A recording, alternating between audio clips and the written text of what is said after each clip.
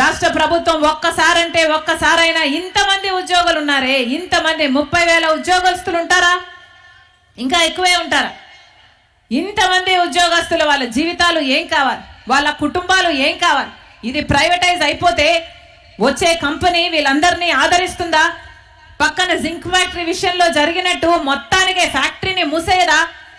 ఈ కార్మికులందరినీ వెళ్ళగొట్టదా? ఈ ల్యాండ్ బ్యాంక్ని ఒక రియల్ ఎస్టేట్ వెంచర్గా తయారు చేయదా? ఏమైపోవాలి ఈ జీవితాలన్నీ, ఏమైపోయాలి ఈ కుటుంబాలన్నీ? ఆలోచన చేస్తుందా రాష్ట్ర ప్రభుత్వం? ఆలోచన ఉందా ఎవరికైనా? పోనీ ప్రతిపక్ష నాయకుడు చంద్రబాబుగా ఉన్నారు, చంద్రబాబు గారు ఏమైనా ఆలోచన చేశారా? ప్రజల పక్షాన మాట్లాడుతున్నారా? విశాఖ స్టీలు ప్రైవేటైజ్ చేయడానికి వీలు లేదు అని ఎప్పుడైనా గొంతెత్తారా?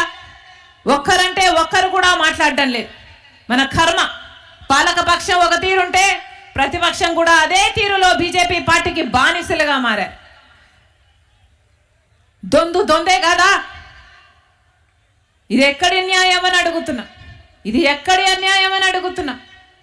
అసలు జగన్మోహన్ రెడ్డి గారు ఒక్క తీర్మానం చేశారట, విశాఖ స్టీలు ప్రైవేటైజ్ చేయకూడదు అని ఒక్క తీర్మానం చేశారట. అంతటితో ఆయన పని అయిపోయిందట, చేతులు దులిపేసుకున్నాడు, పెద్ద పెద్ద కోటలలో బతుకుతున్నారు. సరిపోతుందా? ఎందుకు ఉద్యమించలేదు సార్ అని అడుగుతున్నాం. ఎందుకు ఉద్యమించలేదు? మీ ప్రజలు కాదా మీకు ఓట్లేయలేదా? వీళ్ళు ఓట్లేస్తే కాదా మీరు గెలిచింది? వీళ్ళ జీవితాలు కాదా? ఆలోచన చేయాలి. మళ్ళీ అదే నాయకులను ఎన్నుకుంటే ఏం జరుగుతుందో ఆలోచన చేయాలి. జగనన్న గారు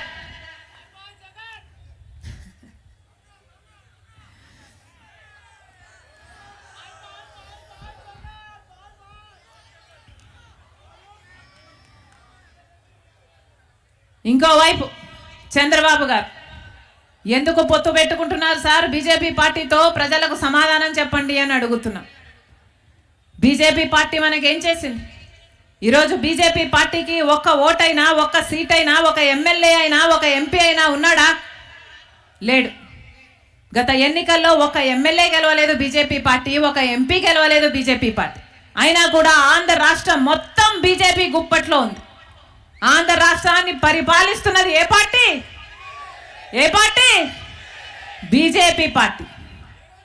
ఎందుకంటే ఒక పక్క పాలక పక్షం, ఇంకో పక్క ప్రతిపక్షం, రెండు పార్టీలకు బీజేపీ పార్టీ కావాలట. ఇదొక లవ్ ట్రయాంగిల్. రెండు పార్టీలకు బీజేపీ పార్టీ కావాలట. బీజేపీ పార్టీ ఏమో ఇద్దరితో కలిసి డ్యూయెట్లు పాడుతుంది. ఎందుకు పాడదు? ఒక పక్కేమో పాలక పక్షం, ఇంకో పక్షేమో ప్రతిపక్షం. ఇద్దరు స్వప్రయోజనాల కోసం ప్రజల ప్రయోజనాలను తాకట్టు పెట్టారు. ఏ ఒక్కరు మనకు ప్రత్యేక హోదా కావాలి అని ఏ ఒక్కరు అడగరు. మనకు పోలవరం కావాలని అని ఏ ఒక్కరూ ప్రశ్నించరు. మనకు రాజధాని కట్టాలన్న చిత్తశుద్ధి ఏ ఒక్కరికి లేదు. ఆఖరికి విశాఖ స్టీలు ప్రైవేటైజ్ అయిపోతుందన్నా కూడా వీళ్ళకు చీమ కొట్టినట్టు కూడా లేదు. ఇలాంటి వాళ్ళకా ఓట్లేయాలి? ఇలాంటి వాళ్ళనా గెలిపించుకునేది? ప్రజలందరూ ఆలోచన చేయాలి. ఈరోజు జగన్మోహన్ రెడ్డి గారు సిద్ధమని బయలుదేరారు. దేనికి సిద్ధం సార్ అని అడుగుతున్నాం. ఈ సిద్ధమనే క్యాంపెయిన్కి 600 కోట్ల రూపాయలు ఖర్చు పెడుతున్నారు. 600 కోట్లంటే ఎంతో తెలుసా? ఎన్ని సున్నాలన్నా? ఎన్ని సున్నాలు? పదా?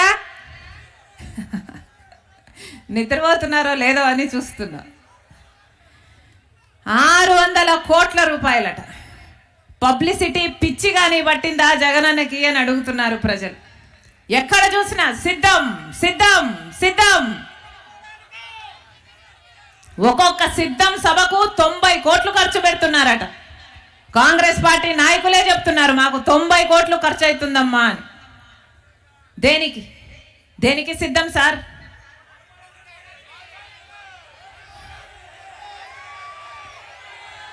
మళ్ళీ 8 లక్షల కోట్లు అప్పు చేయడానికి సిద్ధమా? మళ్ళీ బీజేపీ పార్టీతో అక్రమ పొత్తు పెట్టుకోవడానికి సిద్ధమా? మళ్ళీ ఆ బీజేపీ పార్టీకి మన ప్రత్యేక హోదాను, మన పోలవరంను, మన రాజధానిని మన వైజాగ్ స్టీలను తాకట్టు పెట్టడానికి సిద్ధమా?